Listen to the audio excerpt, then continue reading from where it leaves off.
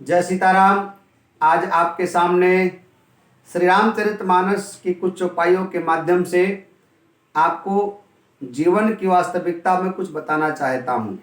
आप लोग इस वीडियो को बड़े ध्यान से सुनिए और ये आपके बहुत काम की चीज़ मैं आपको बताऊंगा। आज रामचरितमानस में पंचम सोपान सुंदरकांड की चर्चा आई है और सुंदरकांड को रामचरितमानस का प्राण कहा गया है।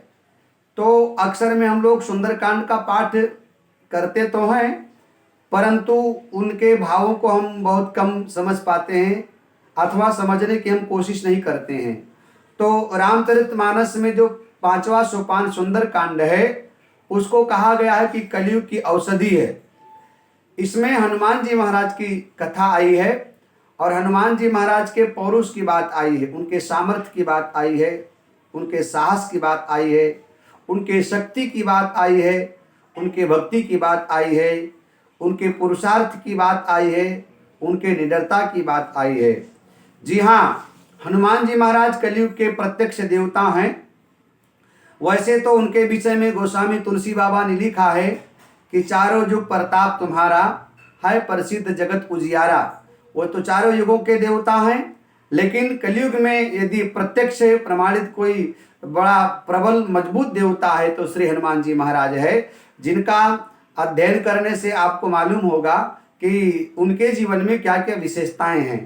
तो एक तो उनकी बात जब करें तो भूत पिशाच निकट नहीं आवें, महावीर जब नाम सुनावें। हनुमान जी महाराज का जब आप नाम लेते हैं तो भूत प्रेत अपने आप भाग जाया करते हैं।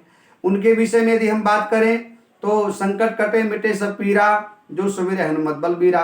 हनुमान जी महाराज का स्मरण करने से संकट कट जाया करते हैं, व्यक्ति को मुसीबत से छुटकारा मिल जाया करती है। उनके विषय में हम बात करें तो जीवन में जितनी परेशानियां हैं, बाधाएं हैं, कष्ट हैं, वो हनुमान जी महाराज दूर करने की क्षमता रखते हैं। हनुमान जी महाराज के विषय में कहा गया है उनका नाम लेने से भूत पिशाच निकट नहीं आवें, महावीर जब नाम सुनावें। और हनुमान जी महाराज के विषय में कहा गया है, ये बहुत छोटी सी बात लेकिन बहुत बड़ी बात है कि तुम रक्षक काहू को डरना और सब सुख लहे तुम्हारी सरना। अर्थात जब तुम हो तो डर किस बात के लिए है, तुम रक्षा करने वाले तो डर किस बात के लिए, क्योंकि सारा सुख आपके शरण में जाने से सहज प्राप्त हो जाया करता है। तो मैं आपको बताऊं कि कलयुग में सुंदरकांड का जो पाठ है वो औषधि का काम करता है और सुंदरकांड में जो चौपाई है उनमें हनुमान जी महाराज के गुणानुवाद का गान किया गया है। अर्थात सुंदरकांड में हनुमान जी महाराज का विशेष चर्चा की गई है। और हनुमान जी महाराज हनुमान बने तो कैसे बने, हनुमान जी महाराज इतने पुरुषार्थी कैसे बने, इतने परमार्थी कैसे बने, इतने परोपकारी कैसे बने, इतने बलवान कैसे बने हनुमान जी महाराज, इतने भगवान के निकट हनुमान जी महाराज कैसे पहुंच गए, हम आपको आज ये गुप्त रहस्य मैं आपको बताना चाहूंगा, वो भी रामचरितमानस के माध्यम से और वो भी सुंदरकांड के माध्यम से ही कि हनुमान हनुमान बने तो कैसे बने। तो आप लोग भी इस वीडियो को बड़े ध्यान से सुनिएगा और अपने समस्त मित्रों को जरूर बताइएगा कि हनुमान जी महाराज हनुमान बने तो कैसे बने। जिस रावण के नगर में देवता लोग भी जाकर के और बंदी बना लिए जाते थे, जिस रावण से देवता लोग भी भयभीत होते थे, डरते थे। जी हाँ, तुलसी बाबा ने लिखा है कि भ्रिकुटी बिलोकत सकल सभीता। रावण जब देखता था तो सारे संसार के लोग डर जाया करते थे, जितने भी देवता इत्यादि डर जाया करते थे। लेकिन उसी रावण के दरबार में हनुमान जी महाराज गए तो तुलसी बाबा ने लिखा, देखी रावण देख रहा है हनुमान जी महाराज को, लेकिन हनुमान जी महाराज भयभीत नहीं हुए, जरा सा डरे नहीं। कैसे हनुमान जी महाराज रावण को देख रहे हैं कि जिम अहिगन मोह गरुण असंका, देखिए प्रताप न कपि मन शंका। रावण के सामने हनुमान जी महाराज खड़े हैं लेकिन कोई भय नहीं, कोई डर नहीं, क्योंकि हनुमान जी महाराज के पास वो ताकत है, वो सत्ता है जो किसी के पास नहीं है। तो ये ताकत हमें आपको कहां से हासिल करना है, ये सत्ता हमें आपको कहां से प्राप्त करना है, ये निर्भीकता, ये निडरता, ये हमें कहाँ से मिलेगा, कौन है जो हमें प्रदान करेगा, तो आपको हम आज बताना चाहेंगे। आइए हम आपको सबसे पहले श्री रामचरितमानस में प्रवेश कराते हैं। और रामचरितमानस का जो 5वां सोपान सुंदर कांड है, जो सर्वाधिक प्रभावशाली है और जो लोकप्रिय नहीं अपितु समस्त सृष्टि को प्रिय है, सुंदर कांड रामचरितमानस का कंठ कहा गया है। उस सुंदर कांड में पहली चौपाई है जिसको गोस्वामी तुलसी बाबा ने गाया है। आइए उस चौपाई को हम पहले देखते हैं। चौपाई हमें आपको क्या कह रही है, इशारा क्या कर रही है। तो पहली चौपाई कि जामवंत के बचन सुहाए, सुनि हनुमंत हृदय अति भाए। जामवंत के बचन सुहाए, तो सुनि हनुमंत हृदय अति भाए। सुनि हनुमंत हृदय अति भाए, जामवंत के बचन सुहाए। देखिए ये पहली चौपाई है और बड़ी मार्मिक चौपाई है। और इस चौपाई को आप यदि अच्छी तरीके से पढ़ेंगे, सुनेंगे, समझेंगे, अध्ययन करेंगे तो आपके समझ में आएगा कि हनुमान हनुमान बने तो कैसे बने, लंका पर विजय हनुमान जी ने पाया तो कैसे पाया, 100 योजन सागर को हनुमान जी महाराज पार कर गए तो कैसे पार कर गए। इतना बड़ा काम जो कोई नहीं कर पाया, उस काम को हनुमान जी महाराज कैसे कर पाए, इसी चौपाई में वो रहस्य छुपा हुआ है। कि जामवंत के बचन सुहाए, तो सुनि हनुमंत हृदय अति भाए। सुनि हनुमंत हृदय अति भाए। देखिए हनुमान जी महाराज अपनी पूरी टीम के साथ, पूरी सेना के साथ सागर के किनारे पर खड़े हैं। उद्देश्य क्या है, लंका में जाना है। काम क्या है, मां जानकी जी का पता लगाना है। आदेश किसका है, प्रभु श्री राम का है कि हे हनुमान तुम जाओ और सीता जी की खोज करके लेकर के आओ। जानकी जी की खोज करने के लिए पूरी बानरी सेना निकली हुई है, सागर के किनारे खड़ी है। 100 योजन का सागर विशाल मुंह फाड़ करके मानो समस्त सेना को निगरने के लिए तैयार है। और उसी समुद्र के किनारे पर ये योद्धा लोग खड़े हैं। अब सवाल ये उठा कि सागर को पार कौन करेगा। जी हां, संपाति ने ये तो कह दिया कि जो ना गई सत जो जन सागर, करई सुराम काज मति आगर। संपाति ने ये बता दिया कि सीता जी लंका में हैं। संपाति ने ये बता दिया कि सीता जी अशोक वाटिका में हैं। संपाति ने बता दिया कि जानकी जी रावण के कैद में हैं। संपाति ने यह भी बता दिया कि जो 100 योजन सागर को पार कर जाएगा वही जानकी जी का संदेश लेकर के आएगा।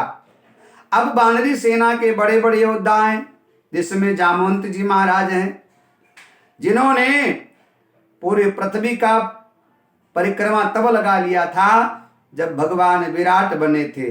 वामन से जब भगवान विराट बने थे कि बलि बांधते प्रभु बाढ़ो, सोतन बरन की जाए, उभय घरी महादीनी, सात प्रदक्षिण धाये। अब रामादल में इतने बड़े योद्धा हैं, सबसे बड़े योद्धा जामवंत जी महाराज हैं, जिन्होंने वामन भगवान जब विराट बने थे तो उस विराट भगवान की परिक्रमा लगाए थे, 7 परिक्रमा लगाई थी। ऐसे योद्धा जामवंत जी महाराज। जी हां, राम रावण का युद्ध हुआ, सभी योद्धा लोग युद्ध से संतुष्ट हुए, लेकिन जामवंत जी महाराज परास्त नहीं हुए। इनको कोई परास्त नहीं कर पाया और ये उद्देश्य संतुष्ट नहीं हो पाए, तो उन्होंने भगवान श्री राम से कहा कि सरकार हमें संतुष्ट कौन करेगा। तब सरकार ने कहा तुम्हें संतुष्ट हमारे सिवा कोई कर नहीं पाएगा, लेकिन अभी हम रामा अवतार में एक मर्यादा में बंधे हुए हैं। तुम्हें संतुष्ट करने के लिए मैं तुम्हें एक युग का समय देता हूं, और द्वापर में भगवान श्री राम ने कहा मैं कृष्ण बन करके आऊंगा, तब मैं तुम्हें संतुष्ट करूंगा। आप कल्पना कीजिए कि रामादल में कितने श्रेष्ठ योद्धा हैं, इतने बलवान, इतने वीर पुरुष हैं। सागर के किनारे तो सबसे बड़े योद्धा जामवंत जी महाराज हैं, समुद्र के किनारे खड़े हैं। इसके बाद दूसरे नंबर पे आ जाइए तो अंगद जी महाराज हैं, जिन्होंने लंका जाकर के रावण के सामने पैर जमा दिया और अंगद जी ने कहा हे रावण जाओ मम चरण सकौ सठ टारी, तो फिर ही राम सीता मैं हारी।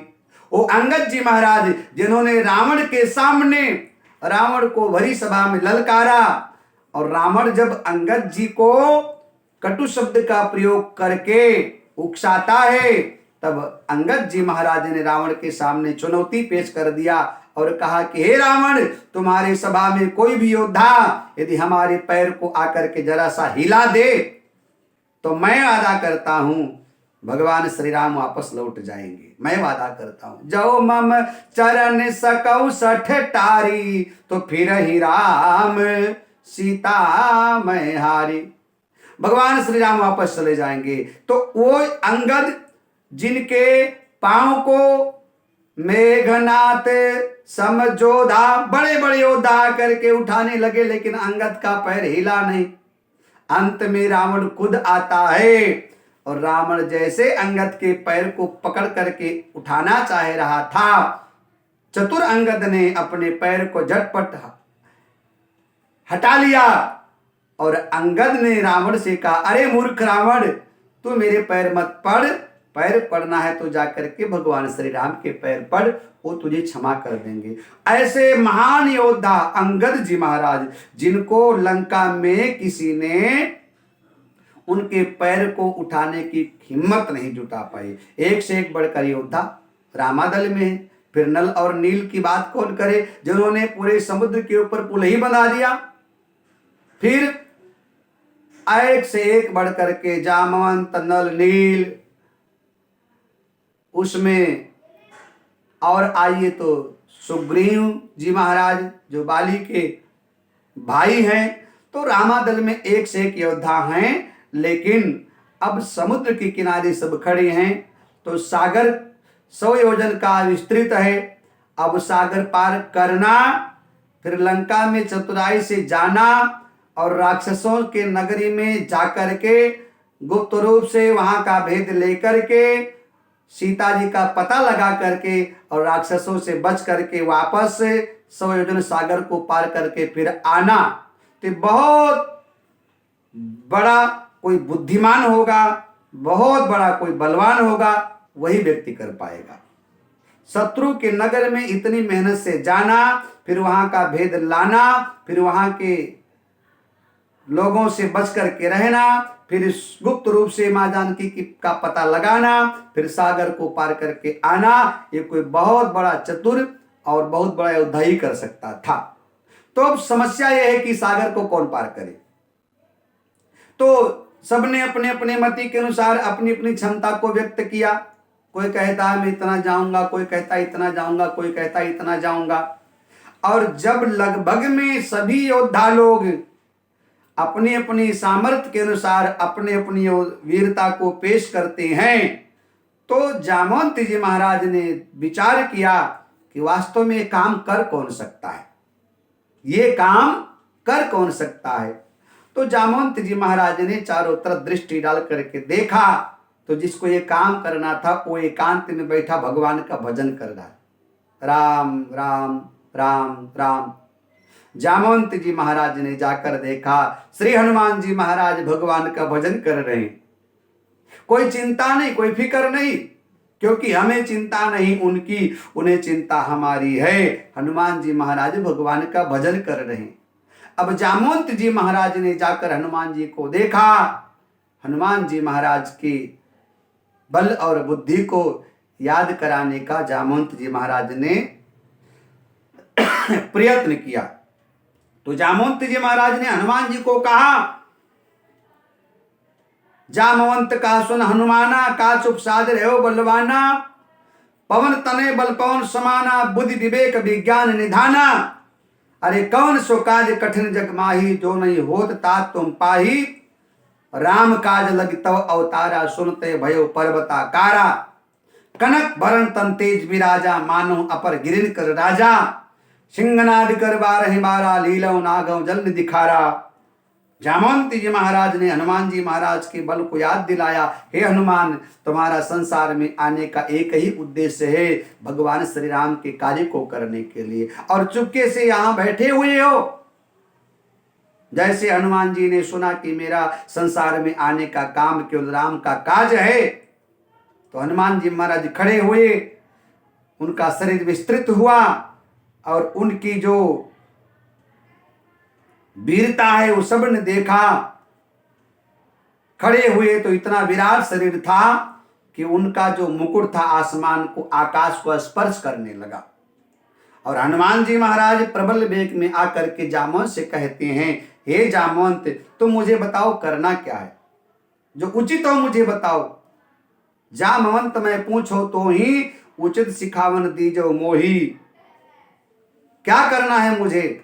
आप कहो तो रावण को मार डालूं, आप कहो तो लंका को सागर में फेंक दूं, क्या करना है मुझे आप बताइए, आप आदेश दीजिए, मुझे जो आप कहोगे वो मैं करूंगा। तब हनुमान जी महाराज को जामवंत ने कहा कि ना तो लंका को समुद्र में डालना है, ना रावण को मारना है, और कुछ नहीं करना है। क्या करना है? तो जामवंत जी महाराज ने कहा, इतना करे तात तुम जाई, सीतई देखी काहु सुधि आई, तब निज भुज बल राजीव नैना, कौतुक लागी कपि सेन कौतुक लागी संग कपि सेना। हे हनुमान, तुम्हें केवल इतना करना है कि लंका में जाओ और जा करके सीता जी का पता लगा करके आओ और संदेशा भगवान श्री राम को सुनाओ। इतना ही तुम्हें करना है, इससे आगे तुम्हें और कुछ नहीं करना, बाकी आगे भगवान करेंगे। इतना करो तात तुम जाई, सीतई देख कहो सुधि आई। माँ जानकी जी का पता लगा करके आओ और वो संदेशा भगवान श्री राम को सुनाओ, इतना ही तुम्हें करना है। अब हनुमान जी महाराज जामवंत जी की बात को मान करके खड़े हुए, और यहाँ सुंदर कांड की पहले चौपाई तुलसी बाबा लिखते हैं कि जामवंत के बचन सुहाए, तो सुनी हनुमंत हृदय आती भाई। अब जामवंत मतलब बूढ़े व्यक्ति, वृद्ध व्यक्ति।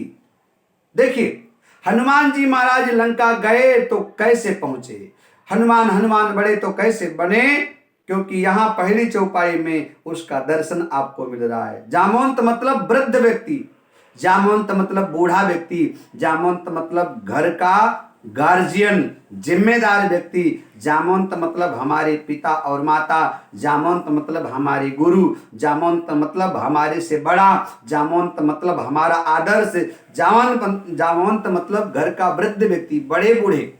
जी हाँ, जिस घर में बड़ों बूढ़ों की बातें मानी जाती है, जिस घर में माता पिता का सम्मान आदर होता है, माँ बाप की बातें मानी जाती हैं, जिनको माँ बाप की बातें अच्छी लगती हैं, उनका कार्य सिद्ध होता है, वही विजय प्राप्त करते। क्योंकि यहां लिखा है जामवंत के बचन सुहाए। जामवंत के बात हनुमान जी को अच्छे लगे, जामवंत जी ने जो कहा वो हनुमान जी को जच गया। जब आपको भी अपने माता पिता की बात अच्छी लगने लग जाए, आपको भी अपने बड़े भाई की बात, बहन की बात, अपने से बड़ों का बात, गुरु की बात, साधु ब्राह्मण की बात आपको जब अच्छी लगने लग जाए, तब समझना चाहिए आपकी विजय हो सकती है, आपकी विजय हो जाएगी। यहां जामवंत जी महाराज की बात हनुमान जी को अच्छी लगी कि जामवंत के बचन सुहाए। बचन सुहाए मतलब अच्छे लगे। जामवंत ने जो कहा वो हनुमान जी को अच्छा लगा। राम कथा का दर्शन है। आपको अपने परिवार की बात को बड़े ध्यान से सुनना चाहिए और आपका यदि कोई परिवार का बड़ा बूढ़ा व्यक्ति आपके हित की बात करता है तो आप उसके पद चिन्हों पर चलो, आपका कल्याण होगा, विजय आपको मिलेगी। जामवंत के बचन सुहाए तो सुनी हनुमंत हृदय आती भाए। हनुमान जी को बहुत अच्छी लगी बात और तैयार हुए लंका जाने के लिए। तो हनुमान जी महाराज बोल पड़े कि तब लगी मोहे परिख्यहु तुम भाई, सही दुख कंद मूल फल खाए। जब लगी आवहु सीत ही देखी, होई काज मोहि हरसी विषेकी। हनुमान जी ने कहा मैं लंका जा रहा हूं, मुझे लग रहा है कि मेरा काम हो जाएगा क्योंकि मेरा मन कह रहा है। अच्छा, मन बहुत बड़ा चीज है, अपना मन यदि कह रहा है तो बात होगा। हनुमान जी कहते हैं मेरा मन कह रहा है कि अब मैं जिस काम के लिए जा रहा हूं वो काम 100% होगा। तब जब लगी आवो सीत ही देखी, होई काज मोहि हरसी विषेकी। मेरा मन कह रहा है कि वो काम हो जाएगा, इसलिए इस काम के लिए जा रहा हूं। जब तक मैं कार्य को पूरा करके नहीं आऊं तब तक तुम लोग सागर के किनारे फल फूल खा करके दुख सहन करके मेरे आने की प्रतीक्षा करना। और मैं अब जा रहा हूं। तो सुंदर कांड की पहली चौपाई आप इसको बड़े ध्यान से पढ़िए और सुनिए, और इस चौपाई में ही रहस्य छुपा हुआ है। आपको कैसे पुरुषार्थी बनना है, कैसे परमार्थी बनना है, योद्धा कैसे बनेंगे आप समाज का बड़ा काम कैसे करोगे, तब आप कर पाओगे जब आपको अपने माता पिता की बातें अच्छी लगेंगी। जामवंत के वचन सुहाए सुनि हनुमंत हृदय अति भाए। हनुमान जी को जामवंत की बात अच्छी लगी, इसलिए मतलब अपने बड़े बूढ़ों की बात अच्छी लगेगी तो समझना आपको विजय मिल जाएगी, आपकी जीत पक्की है। तो आइए आज ये रामचरितमानस का जो पहली चौपाई है इसका व्याख्या आपके सामने रहा। अब आप सभी लोगों से निवेदन है, अगला चौपाई किसी और विषय पर हम आपको अगले दिन YouTube के माध्यम से देंगे। तो आप सभी लोगों से निवेदन है, ऐसे हमारे साथ आप लोग YouTube के माध्यम से जुड़े हुए हैं, आपका पूरा हमें प्यार मिल रहा है, समर्थन मिल रहा है, आशीर्वाद मिल रहा है, और आप मेरे दिल में हैं और मैं भी आपके दिल में ही हूँ। तो YouTube के माध्यम से हम लोग बहुत निकट हैं, नज़दीक आ गए हैं, और ऐसे ही आप अपने दिल में हमें स्थान देते रहिएगा और हमारे YouTube को आप बराबर सुनते रहिए, क्योंकि हम अपने YouTube के माध्यम से अच्छी बातें आपको हम परोसने का प्रयास करते हैं। शास्त्र के आधार पर हम आपको कुछ ना कुछ नित्य प्रति देते रहते हैं। तो कृपया आप सभी लोग हमारे YouTube से जुड़िए, और किसी प्रकार आप किसी विषय पर हमसे कोई चर्चा चाहते हैं, कोई ज्ञान चाहते हैं, तो आप कमेंट में आप हमें लिखिए, अथवा आप हमारा YouTube पर टेलीफोन नंबर भी पड़ा हुआ है, हमें आप फोन भी कर सकते हैं। तो हमारा YouTube चैनल जो है वो सुखदेव जी महाराज अयोध्या के नाम से है। आप कृपया अपने मित्रों को शेयर भी कीजिए, लाइक सब्सक्राइब कीजिए। आपके शेयर करने से, सब्सक्राइब और लाइक करने से आपका कुछ लगेगा नहीं, बल्कि आपके तमाम मित्रों को अच्छी बातें सुनने को मिल जाएगी। तो इन्हीं शब्दों के साथ आप सबके मंगल की कामना करते हुए बहुत बहुत आशीर्वाद। जय श्री राम।